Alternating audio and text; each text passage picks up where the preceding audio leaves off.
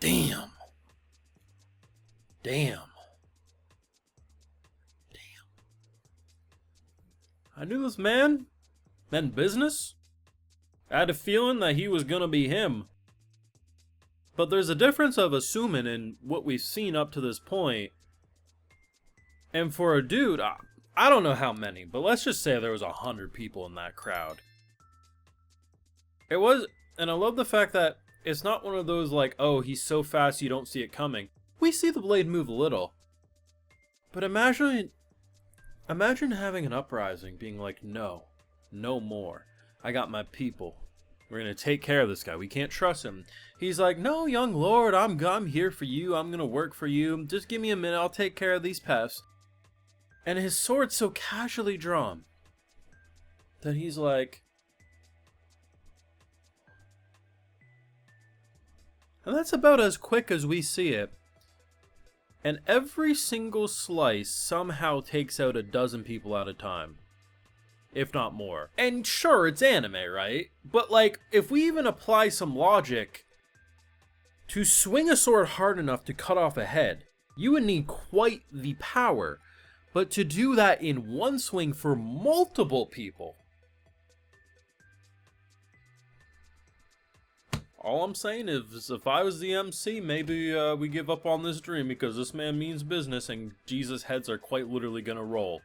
Full live reactions over on Patreon if you want to see my full and good thought to any of these Elusive Samurai episodes. It's over there exclusively.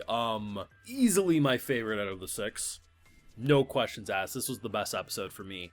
It was fun, it was exciting, and damn did I like the production style. There's specifically 2 points to this episode that I really enjoyed. One was when we had the kind of purple pinkish flames go on and the whole animation of our masked friend who's just, I don't even know how to explain the animation for this, but I have to begin to imagine if you were to take a bunch of acid and sit on the sidewalks at a busy intersection in like a big city. That's probably about the same experience as what we saw with this man constantly shifting his form, bouncing around, playing tag. At one point he lands, I think, on his shoulders and just like bops him with this cartoonish sound effects, snaps his bowstring, and I'm like, are you mad at that point? Do you feel disrespected? Are you sad? Like, what emotion would go through you when you're trying to kill someone who probably could have killed you if he wanted to in that moment? Because if we have to think, right? He bounced close enough that he could have slit a throat.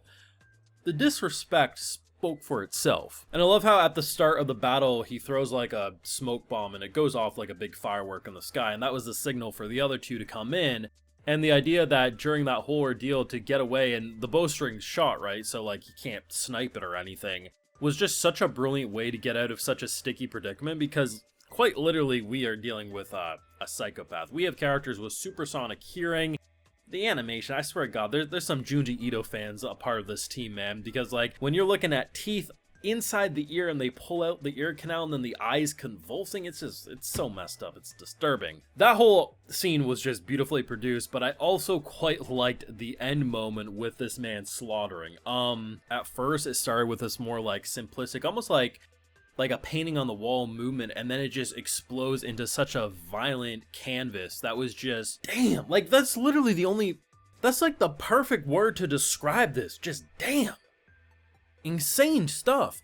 And I also like the fact that some of it was intentional. I can definitely tell some of it was intentional, but then there's also those scenes where you can just tell there wasn't maybe enough time to maybe detail the faces a bit better, but man, the fact that we were in such a funny episode, there was some brutality, and by some I mean quite a bit, but there also was a lot of laughs. So the fact that this is a show that does have a lot of laughs, when you do see the faces just like, excuse me? Why does the face look like that? It just adds to the comedy, I find, in an unexpected way. But just, this show has actually moved at a relatively slow pace, if we actually take a step back to think about it. Yet it feels so exciting. It makes me just want to say, go watch this. Just please, for the love of God, go watch The Elusive Samurai. It is so freaking good. But when we do take a step back and we remove our hype, it actually is a slow burn series, but it's so snappy and witty and fun that it almost makes you think that it's faster than it actually is, which works great for entertainment value, But when you take a step back and look at how they're building up the set pieces, the reason we can appreciate this show more than just crazy meme faces and death galore is because they're taking it slow. Now, I'm not sure how many more, people are going to join our little crew. Obviously, we're going to have armies at some point. But in terms of our main supporting crew, I'm not sure how many are going to join in. But the idea that over 6 episodes, we saw the loss of his home, his village, and everything, and then we built up this kind of crew that most of which are around the same age as him and can grow up alongside him. Of course, I worry about who can make it to the finish line of a story like this, especially given who we're clearly fighting.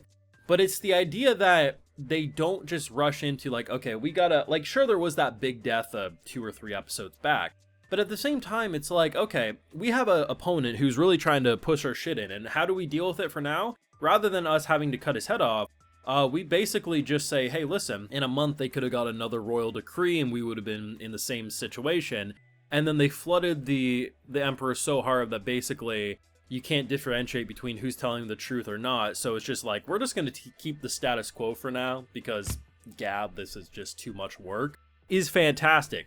I like that they're actually giving time, and it feels like season 1, which is hopefully just season 1 of many seasons, is about getting the establishing of the world, the characters and everything. And then when you probably get into a season 2, that's when shit's really gonna keep rapid firing and popping off like crazy. But like I said, it's not to say this isn't exciting. It is. We have horse action, we have, running away, games of tag, which lead to death. But at the same time, this is all about, this entire episode was about recruiting someone to our cause. Yeah, it was also about diverging and pushing back someone who was trying to take care of business before we were ready. But still, you get my point. This show is just great. Definitely an underdog, sadly underappreciated in my humble opinion in this anime season. Not to say it doesn't have a fan base. It definitely has a fan base, but it's just this should be one of the most popped off, talked about shows of the season. And it's honestly sad that a lot of the English-speaking side of the community, I think this show's doing quite well in Japan from what I've seen. But in terms of English-speaking community, it's not as talked about as I thought. Honestly, I thought it would be more, especially because of how creative it is, but maybe it is just a little too weird for some people, especially with, the eyes popping out and maybe the exaggerated faces. I find it hilarious. A lot of times I find it creepy as hell, but that's honestly intentional, so I kind of vibe with it, but it is what it is. I think for a mid-episode for a season, this was not only the best episode of the batch, but definitely makes me even more excited for the future, if not terrified, because of the villain we gotta go up against. Now, of course, those are my feelings. Let me know what you're thinking down below. Be sure to leave a like if you enjoyed, subscribe if you're new around here, of course, ring that bell, and like I mentioned, full live reactions over on Patreon, and hey, while you're over there, I'll also give you a video shout out. Alright, so today we got Asiel Caldera, Jacob McCarthy, Divine Tank 00, Durgle Senpai, True Demon Lord, Chris, and we also have Carlos De La Cruz. So I appreciate the support, everyone. Please take care, and you all have a good one.